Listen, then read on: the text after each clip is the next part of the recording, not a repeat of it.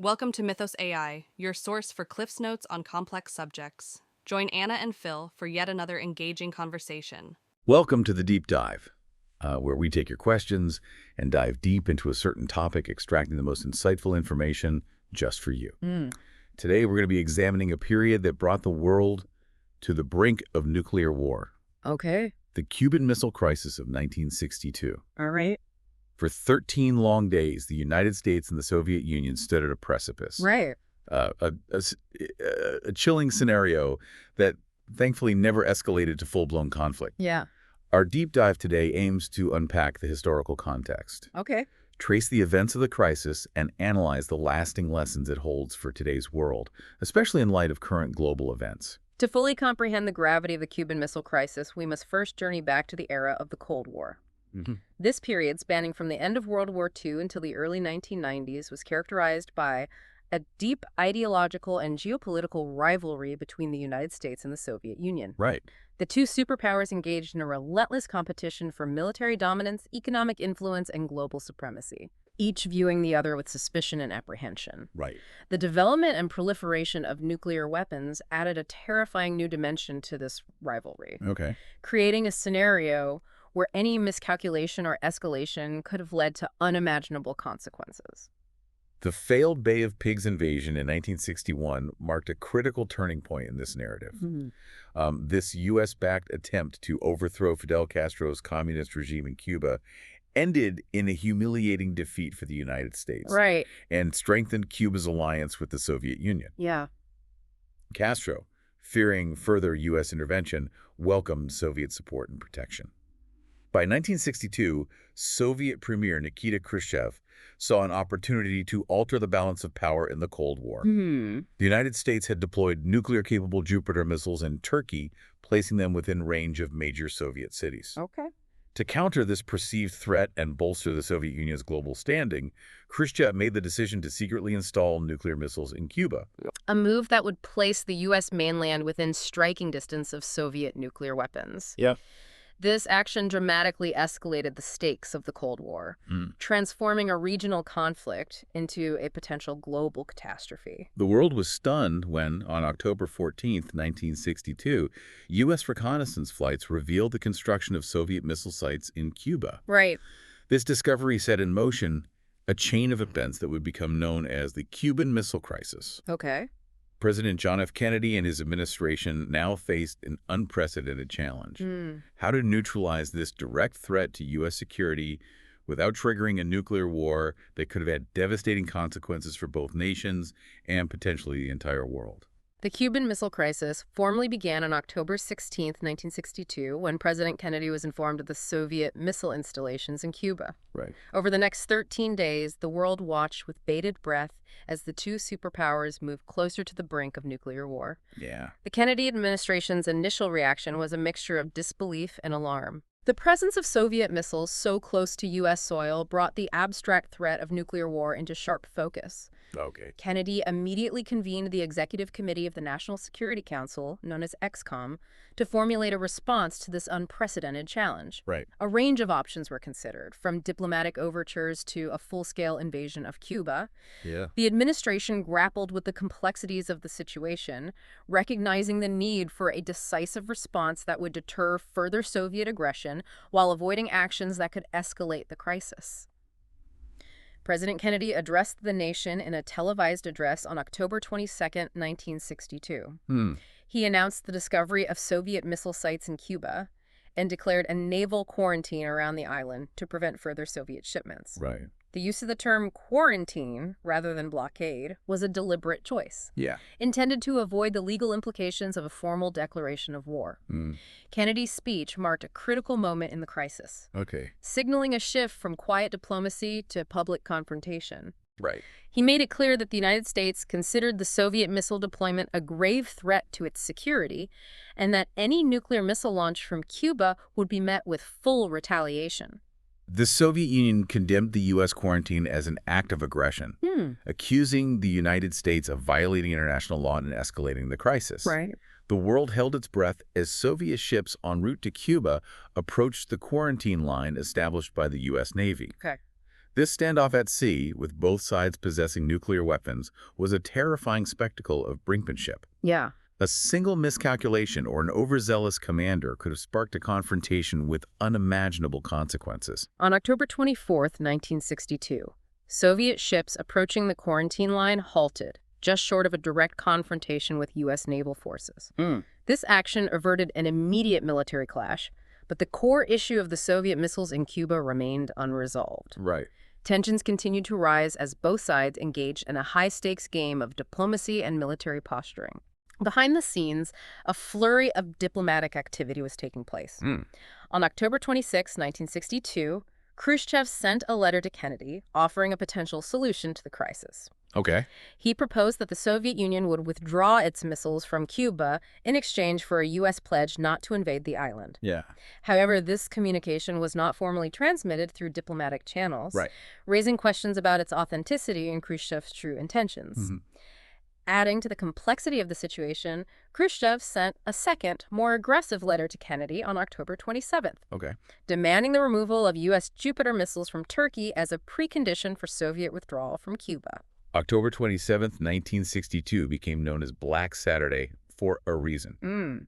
It was the most perilous day of the crisis, bringing the world closer to nuclear war than at any other point. Right. Two events on this day significantly heightened tensions and nearly led to a catastrophic escalation. Yeah. A U.S. U-2 reconnaissance plane on a routine mission over Cuba was shot down by a Soviet surface-to-air missile, killing the pilot, Major Rudolph Anderson, Jr. Right. This incident fueled calls for immediate military retaliation against the Soviet Union and placed immense pressure on President Kennedy to respond forcefully.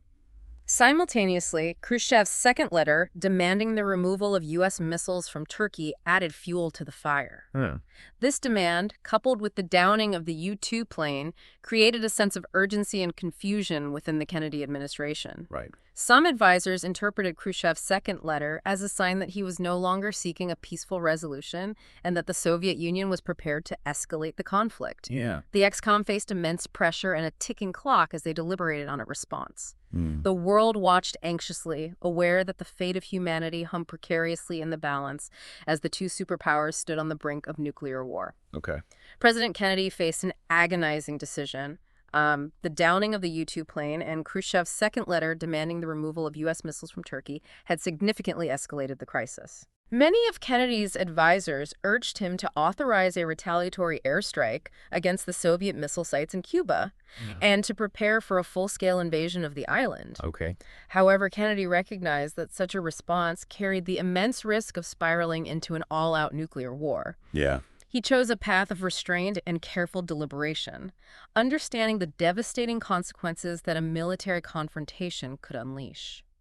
Kennedy decided to respond only to Khrushchev's first letter, offering a withdrawal of Soviet missiles from Cuba in exchange for a U.S. pledge not to invade the island.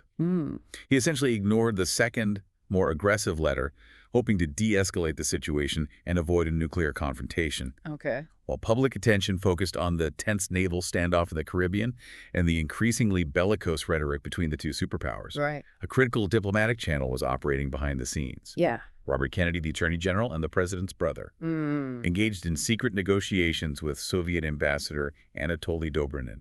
These back-channel discussions held away from the glare of the media, and the pressures of public opinion allowed for more frank and less formal communication between the two sides. Okay. Robert Kennedy conveyed to Dobrynin that the United States would be willing to remove its Jupiter missiles from Turkey. Right. But this concession would have to remain secret, at least initially, No. to avoid appearing weak or to be giving in to Soviet pressure. Right. This secret agreement proved to be a crucial turning point in the crisis. Yeah. It provided Khrushchev with a face-saving way to withdraw the Soviet missiles from Cuba without appearing to back down in the face of U.S. pressure. On October 28, 1962, Khrushchev announced the withdrawal of Soviet missiles from Cuba, bringing the immediate crisis to an end.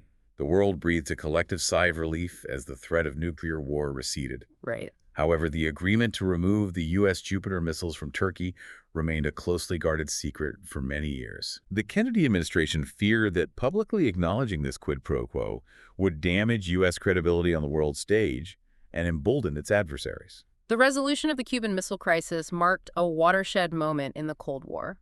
It demonstrated the terrifying potential for nuclear annihilation, but also revealed the possibility of resolving even the most dangerous confrontations through a combination of deterrence diplomacy and carefully calculated concessions. Yeah. The world had stared into the abyss and stepped back from the brink. Hmm. But the lessons learned from this harrowing experience would continue to shape international relations for decades to come. The Cuban Missile Crisis provides a powerful example of the complexities of nuclear deterrence in action. Right. The theory of mutually assured destruction, or ABA, posits that the possession of nuclear weapons by multiple adversaries creates a situation where any nuclear attack would inevitably lead to retaliatory strikes, resulting in the annihilation of both the attacker and the defender. This logic of shared vulnerability is intended to act as a deterrent against any nation initiating a nuclear attack. The Cuban Missile Crisis brought the world perilously close to testing the validity of MA. Right. The crisis demonstrated that while the concept of MAB might theoretically prevent an intentional nuclear attack, it does little to mitigate the risks posed by miscalculation, accident, or escalation. Okay. The downing of the U-2 plane, for example, could easily have been misconstrued as a deliberate attack, prompting a retaliatory response from the United States. Right. The crisis underscored the inherent fragility of MA and the need for clear communication channels and robust safeguards to prevent unintended escalation. The Cuban Missile Crisis also highlighted the importance of leadership and decision-making during times of crisis. President Kennedy faced immense pressure from his advisors, some of whom urged him to take swift and decisive military action against the Soviet Union. However, Kennedy resisted these calls for escalation, recognizing the catastrophic consequences that a nuclear war would unleash. He opted for a more measured approach, combining a firm public stance with behind-the-scenes diplomacy. Kennedy's leadership style during the crisis contrasted sharply with that of Khrushchev. Kennedy surrounded himself with a diverse group of advisors, encouraged debate, and carefully weighed the potential consequences of various courses of action. Khrushchev, on the other hand, operated within a more centralized and authoritarian system. His decision to place missiles in Cuba was a bold gamble that ultimately backfired. But his willingness to compromise in the face of U.S. pressure averted a nuclear catastrophe. The Cuban Missile Crisis had a profound impact on global perceptions of nuclear weapons and the imperative for disarmament. The crisis brought the abstract threat of nuclear war into sharp focus for millions of people around the world, fueling the growth of anti-nuclear movements and prompting governments to pursue arms control measures. The Limited Test Ban Treaty of 1963, which prohibited nuclear weapons tests in the atmosphere, outer space, and underwater, was a direct result of the heightened awareness of the dangers of nuclear war generated by the Cuban Missile Crisis. While the treaty did not eliminate the threat of nuclear war, it represented a significant step toward curbing the nuclear arms race and reducing the risk of radioactive fallout. The crisis also served as a catalyst for the establishment of the Moscow-Washington Hotline, a direct communication link between the leaders of the United States and the Soviet Union, intended to facilitate rapid and clear communication during times of crisis. The Cuban Missile Crisis has had a lasting impact on international relations theory. Realists who emphasize the role of power and self-interest in shaping state behavior view the crisis as a validation of their worldview. The crisis highlighted the importance of maintaining a credible military deterrent, the fragility of international agreements in the absence of enforcement mechanisms, and the centrality of power politics in shaping the behavior of states. Liberals who focus on the role of international institutions and cooperation in mitigating conflict point to the successful resolution of the crisis as evidence that diplomacy, communication, and a willingness to compromise can avert even the most dangerous confrontations. They highlight the importance of backchannel negotiations, the role of international organizations in facilitating dialogue, and the potential for shared interests to overcome ideological differences. Constructivists who focus on the role of ideas, norms, and identities in shaping international relations see the crisis as a reflection of the prevailing Cold War mentality, where mistrust, suspicion, and the constant threat of nuclear annihilation defined the relationship between the superpowers. They argue that the crisis, by exposing the shared vulnerability of both sides, contributed to a gradual shift in perceptions, paving the way for a more cooperative approach to managing the nuclear threat. The Cuban Missile Crisis serves as a stark reminder that the threat of nuclear war, though seemingly diminished after the end of the Cold War, remains a real and present danger. The breakdown of arms control agreements, the emergence of new nuclear powers, and the resurgence of great power rivalry have created a global security environment fraught with uncertainty and risk. Right. The lessons learned from this near-catastrophic event remain as relevant today as they were in 1962, Okay. reminding us that the path to avoiding nuclear war requires constant vigilance, a commitment to dialogue, and a recognition that the stakes are simply too high for anything less. The 1994 Budapest Memorandum serves as a poignant illustration of the challenges inherent in ensuring lasting peace in a world where nuclear weapons exist. In this agreement, Ukraine, which inherited a substantial nuclear arsenal after the dissolution of the Soviet Union, consented to relinquish these weapons in exchange for security guarantees from the United States, the United Kingdom, and Russia. These assurances, designed to safeguard Ukraine's territorial integrity and sovereignty, proved woefully inadequate when Russia breached the agreement by annexing Crimea in 2014 Right. and subsequently launching a full-scale invasion of Ukraine in 2022. The echoes of the Cuban Missile Crisis reverberate with unsettling clarity in the context of Russia's war against Ukraine and the nuclear saber-rattling employed by Vladimir Putin. Right. The Budapest Memorandum, once heralded as a triumph of non-proliferation efforts, has been exposed as a fragile instrument, incapable of deterring aggression from a nuclear arms state, intent on redrawing the map of Europe through military force. Okay. The parallels between Khrushchev's gamble in 1962 and Putin's actions in Ukraine are striking. Yeah. Both instances involve a willingness to court the risk of nuclear confrontation in pursuit of strategic objectives. The failure of the Budapest Memorandum carries profound implications for future non-proliferation initiatives. It casts serious doubt on the credibility of security assurances offered in exchange for nuclear disarmament, potentially discouraging other states from relinquishing their nuclear weapons. Right. The international community must grapple with the sobering realization that non-proliferation agreements, while laudable in their aspirations, are only as effective as the willingness of states to honor their commitments and the existence of robust mechanisms to enforce those commitments. The Cuban Missile Crisis had a profound and enduring influence on global culture and society. Okay. The specter of nuclear war, brought into sharp focus during those 13 tense days in October 1962, ignited a wave of anti-nuclear activism worldwide. The images of mushroom clouds and the chilling prospect of radioactive fallout permeated popular consciousness, leaving an indelible mark on literature, film, music, and art. The crisis catalyzed a global dialogue about the perils of nuclear weapons and the urgent need for disarmament. Public pressure fueled by the fear of annihilation compelled governments to pursue arms control agreements, culminating in the Limited Test Ban Treaty of 1963. This treaty, a direct consequence of the sobering lessons of the Cuban Missile Crisis, prohibited nuclear weapons tests in the atmosphere, outer space, and underwater, marking a significant stride toward curbing the nuclear arms race and mitigating the risk of radioactive fallout. The Cuban Missile Crisis provides a rich tapestry of insights for scholars and practitioners of international relations. Realists who view international politics as a relentless struggle for power and survival. See the crisis as a compelling validation of their worldview. The crisis underscored the paramount importance of maintaining a credible military deterrent, the inherent fragility of international agreements when devoid of robust enforcement mechanisms, and the pivotal role of power politics in shaping the behavior of states. Liberals who emphasize the role of international institutions and cooperation in mitigating conflict point to the successful resolution of the Cuban Missile Crisis as evidence that diplomacy, communication, and a willingness to compromise can avert even the most perilous confrontations. They underscore the significance of backchannel negotiations, the role of international organizations in facilitating dialogue, and the potential for shared interest to transcend ideological divides. Constructivists who focus on the influence of ideas, norms, and identities in shaping international relations perceive the crisis as a reflection of the prevailing Cold War mentality, a paradigm characterized by deep mistrust, suspicion, and the omnipresent threat of nuclear annihilation.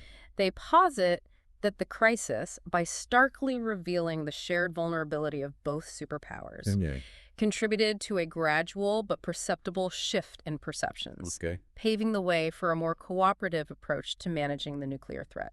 The Cuban Missile Crisis stands as a chilling testament to the fragility of peace in a world armed with nuclear weapons. It demonstrated that even ostensibly rational actors, when confronted with existential threats Right. and operating under immense pressure, can make decisions that bring humanity perilously close to self-destruction. Yeah. The lessons gleaned from this brush with nuclear annihilation remain as relevant today as they were over 6 decades ago.